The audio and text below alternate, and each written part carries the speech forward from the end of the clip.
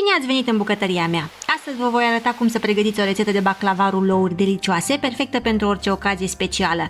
Avem nevoie de câteva ingrediente simple, dar și de un strop de răbdare pentru a obține acea textură crocantă și siropul dulce care face din baklava un desert irezistibil. Haideți să începem! Începem cu pregătirea siropului. Într-o cratiță adăugăm 250 de grame de zahăr de cocos și 250 de ml de apă. Adăugăm un baton de scorțișoară și câteva păstăi de cardamom întreg, un pic de coajă de lămâie și o lingură de zeamă de lămâie. Acest amestec va da siropului un gust rafinat, cu note de citrice și condimente. Lăsăm să fiarbă la foc mic, amestecând din când în când, până când zahărul se dizolvă complet. Odată dizolvat, oprim focul și lăsăm siropul să se răcească complet. Este important ca siropul să fie rece când îl adăugăm peste baklava, pentru că texturile să se păstreze crocante și perfecte.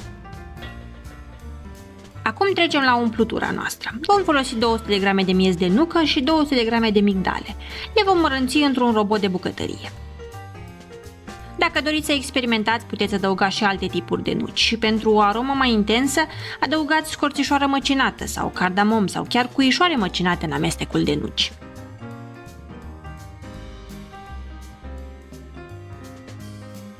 Acum urmează partea interesantă, formarea rulourilor. Luăm o foaie de plăcindă și picurăm o linguriță de ulei de măsline. Este important de menționat că această rețetă nu este o variantă autentică de baklava, ci o adaptare personală, mai prietenoasă. În loc de unt am folosit ulei de măsline, ceea ce o face mai ușor de digerat și cu un gust mai subtil. Așezăm o altă foaie deasupra și la fel adăugăm o linguriță de ulei de măsline și pe aceasta. Uleiul ajută foile să devină fragede și să se coacă uniform, fără a se usca prea mult.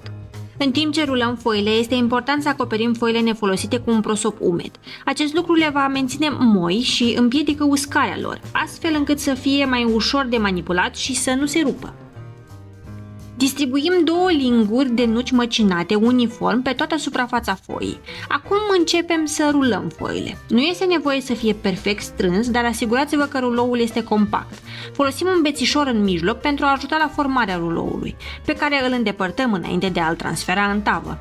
Rulăm strâns și așezăm ruloul în tava de copt. Repetăm acest proces până umplem întreaga tavă.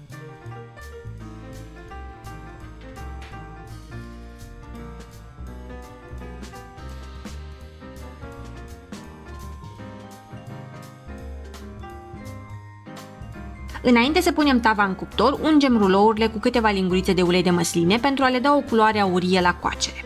Apoi, cu ajutorul unui cuțit, le tăiem în bucăți de dimensiunea dorită. Aceasta este și momentul în care puteți să vă jucați cu forma, dacă doriți să obțineți bucăți mai mari sau mai mici.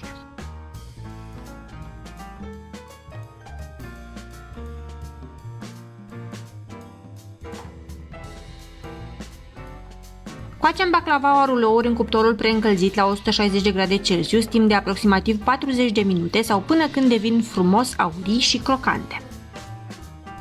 După ce baklavaua este coaptă, o scoatem din cuptor și imediat turnăm siropul rece deasupra. Dați-i timp să absoarbă siropul. Acest lucru va face ca rulourile să devină mai moi pe interior și crocante pe exterior, un contrast perfect. Lăsăm să stea 1-2 ore pentru a se răci și pentru ca siropul să fie complet absorbit. Dacă vă place mai dulce, puteți mări cantitatea de zahăr în sirop. De asemenea, puteți înlocui uleiul de măsline cu ulei de cocos sau un topit pentru un gust mai bogat. Sper că v-a plăcut această rețetă și că veți încerca să preparați aceste baklava rulouri acasă.